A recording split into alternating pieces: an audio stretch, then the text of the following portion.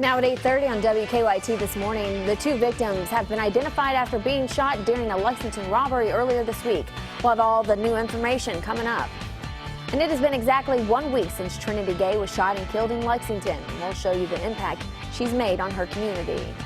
And the Jessamine County Festival has fun while at the same time shedding light on drug addiction. Those stories all coming up on WKYT this morning.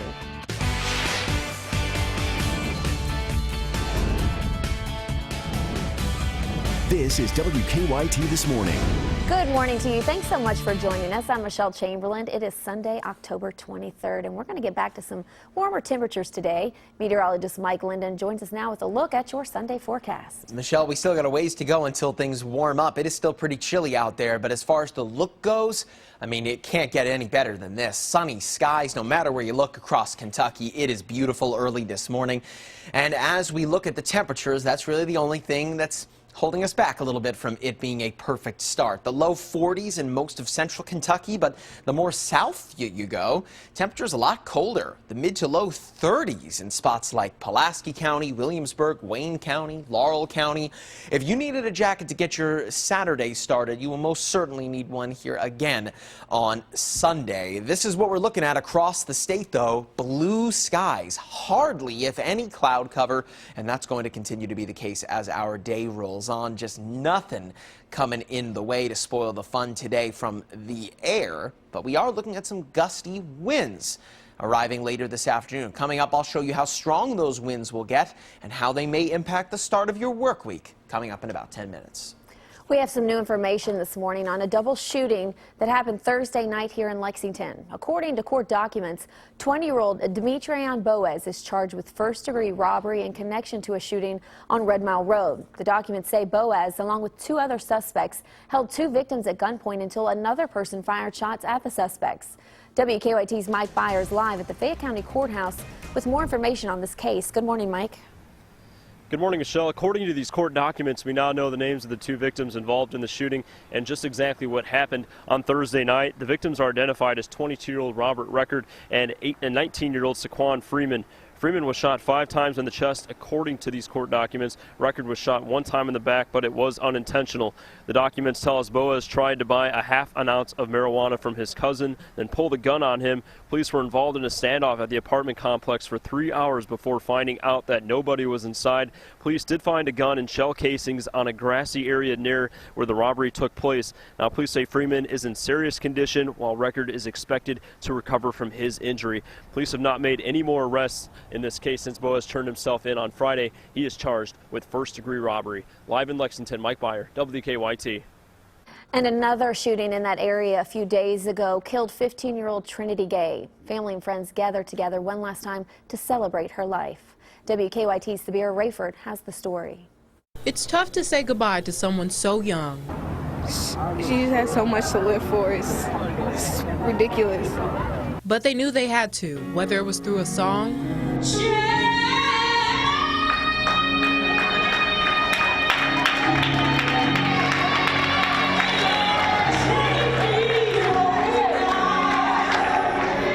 or a poem. Living in a world where I don't get to see her smile would be the hardest thing I ever had to do. It's not about who she was, but what her memory can inspire. She was beautiful and smart. She was athletic. She was a good person. She was only 15, but it's clear that Trinity Gay touched a countless amount of lives. Today, the people that knew her best asked the community for change. You'll never be able to stop all the crime, but I really believe this city is too beautiful to have, crime like this. Tyson Gay says his daughter was someone who saw the good in everyone. He says he wants to follow in her footsteps. I know it's impossible to save everybody, but if I can save one kid, it'll mean the world to Trinity, and I think it starts with our young kids now. It starts with our youth, and someone has to instill dreams and goals in them. Trinity's grandmother says they can take those dreams and run with them. I believe Trinity is passing the baton. Who is going to take it and run with it? Who is going to take it and run with it? Deltaria Jackson says she's ready to carry it. Just remembering all the good times and running as hard as I can just to make her proud. No one saw Trinity's death coming, but just like her personality, you can see her legacy of love and kindness from a mile away. In Jessamine County, Sabir Rayford, WKYT. Trinity will be buried on Monday in Russellville. A man is behind bars in connection with a double murder case in Laurel County. Manchester police arrested 24-year-old Christian Roberts yesterday. Roberts was wanted in connection to the death of Donnie and Sharon Jackson in March of 2015. Roberts was indicted earlier this year along with Bradley Lawson. Investigators say they are charged with 2 counts of murder and robbery, tampering with evidence, and arson. Neighbors of the Jacksons say they're relieved Roberts is now in jail. I hope that that if they are the ones that are responsible, that they do put them away for a long time, because that was horrific. Roberts is currently being held at the Clay County Detention Center before being transferred back to Laurel County. He denied our request for an interview.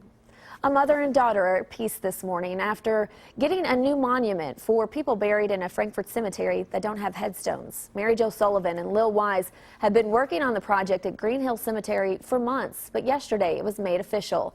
The community raised more than $2,000 in donations to get the headstone, and many of the unmarked graves at the cemetery date back to the early 1900s. Mary Jo Sullivan and her grandmother say this is a special moment.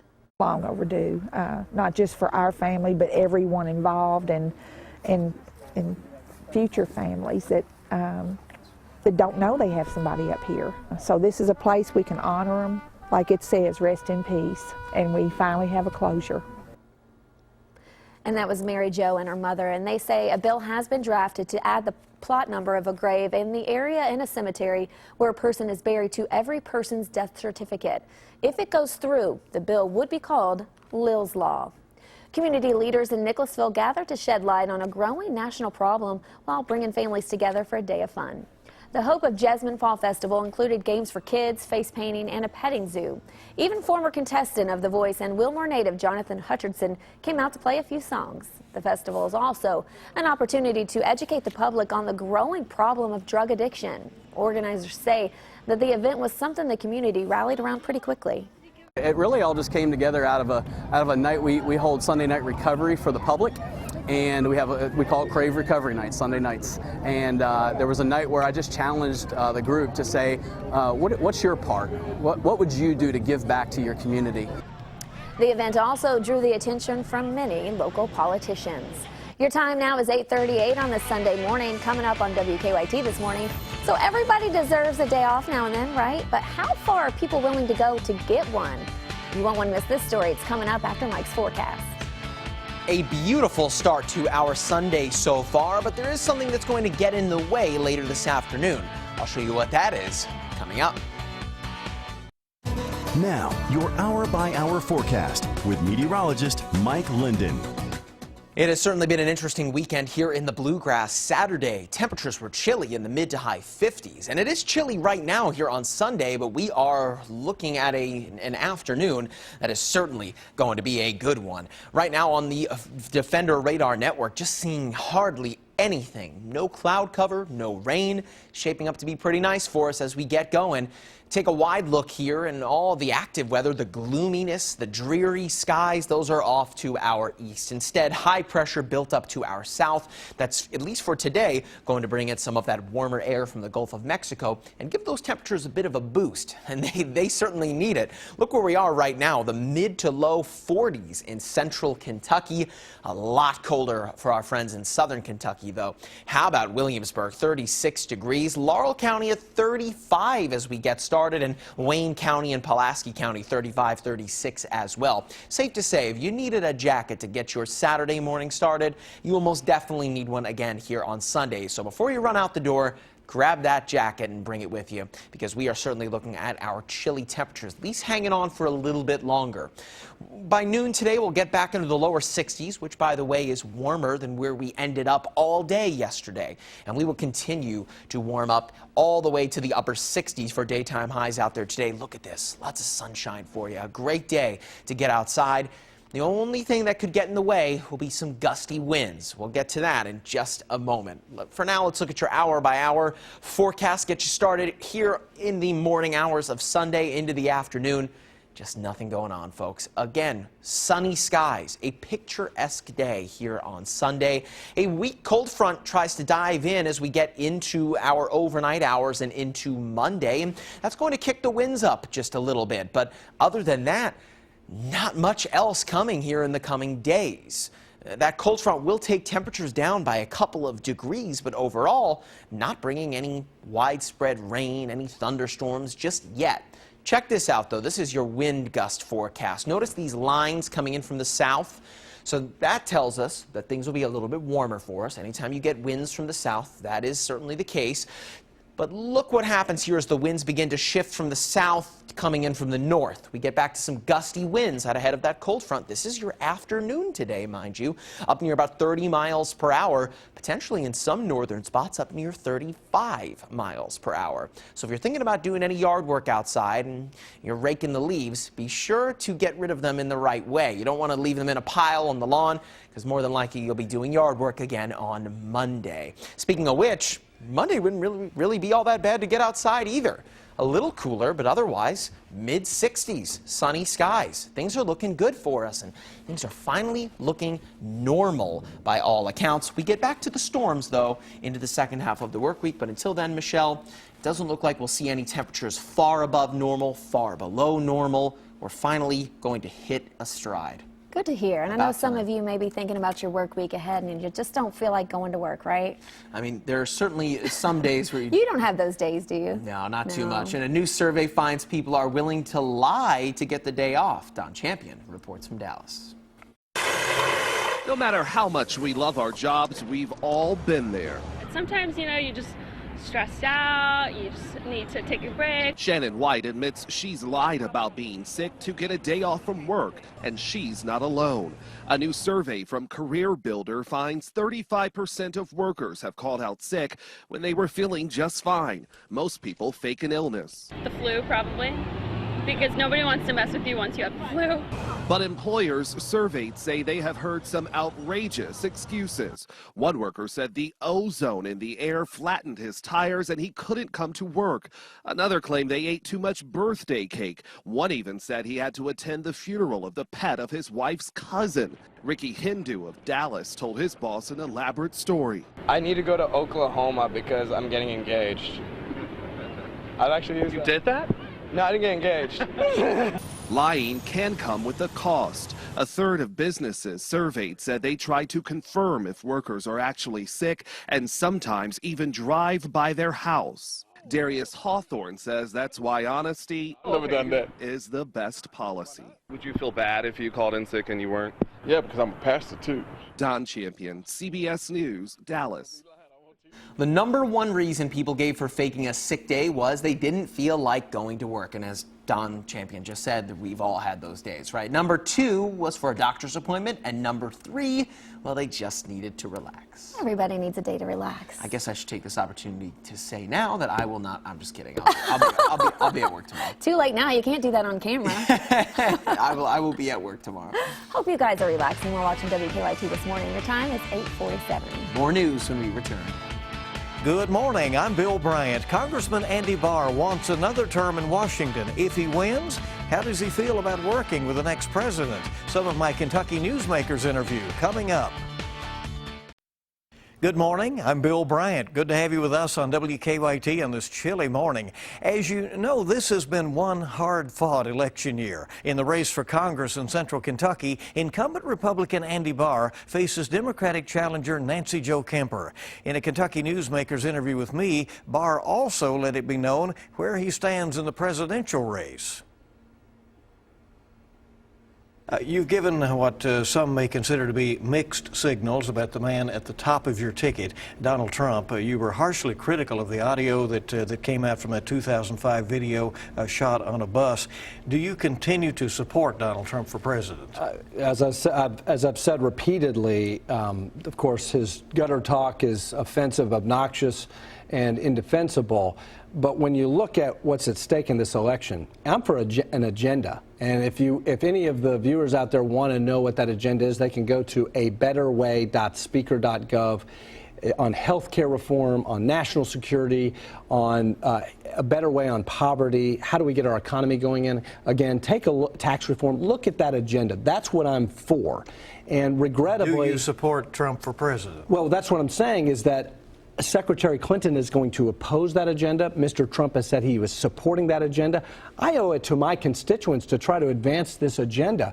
And frankly, the alternative to Mr. Trump is a terribly corrupt person who is unfit to be commander-in-chief, who has exposed top secret American national security secrets to our enemies and then lied repeatedly about it. The pay to play for corruption at the State Department is terribly offensive. And revelations continue to come out. She covered up and lied about her repeated denial of additional security requests from our ambassador in Benghazi. And she's frustrated the investigation of members of Congress. We've requested these emails. We now know that 30,000 of these emails have been destroyed by Secretary Clinton or her surrogates, even though they were subject to a congressional subpoena. So regrettably, if Secretary Clinton prevails in this election, Congress is going to have to engage in some continued searching oversight. Trump has said that he is for term limits, and under his plan, you would be beginning your last term because he says 3 terms and you're out in the House. Well, as you may know, Bill, I introduced a constitutional amendment to impose term limits on members of Congress. 6 terms is my proposal because I want symmetry. I don't want an unfair advantage for the Senate. I want symmetry between the House and the Senate. But what I've come to discover in my 2 terms in Washington is, as much as I support congressional term limits and preventing careerism in Congress, we have a bigger problem in the executive branch. Unaccountable, unelected bureaucrats and the careerism there that is disrupting the separation of powers. So not only do I continue to support congressional term limits, I'm very vigorously focused on reining in unilateral action by the executive branch. Quick answer on this. Do you believe that Paul Ryan will remain Speaker after the November 8th elections? I mean, does he have support within the party if the Republicans hold Congress? I do. I credit Paul, my friend, for advocating this Proposition Party agenda, this positive agenda to fix America, to save our country. Congressman, thanks for coming. We appreciate it. Now, you can see the full interview with Barr a little bit later this morning at 10 when we repeat Kentucky Newsmakers on the CW Lexington. Nancy Kemper was with us a couple of weeks ago. And wake up to what's happening this week on WKYT This Morning. Andrea Walker, meteorologist Micah Harris, and I remind you that Kentucky mornings start here. I'm Bill Bryant, and we'll be right back. Welcome back to WKYT This Morning. So just a quick update for you. Nicholasville police have canceled the golden alert for Horatio Parisi. Good news is he has been found safe. And ending the newscast this morning with a cute story. 2 fishermen off the coast of Bermuda made the catch of a lifetime. They caught a giant lobster. Check this out. Now this spiny giant lobster weighs 14 pounds. That'll make a lot of lobster rolls. The men believe the surf brought from Hurricane Nicole could have brought the lobster closer to shore. Now, of course, they took pictures, they went viral, and then they released the lobster back into the wild. And what you didn't see is I gave Mike Linden a little hit there. Your lobster roll joke. Lobsters are delicious. Delicious. I haven't had lobster in a little bit. Got to make that happen. You must be hungry, huh? I'm definitely hungry. We work in morning news. We're always hungry. Absolutely. And today's a good day to get outside, and maybe if you're thinking about having a barbecue or whatever you're doing outside today, you are hungry. A great day to do so. Definitely hungry. The upper 60s, sunny, a great day. A little gusty, but a great day nonetheless. Go get you something to eat. Yeah, that's the plan. Have a great day, everyone. Thanks for watching.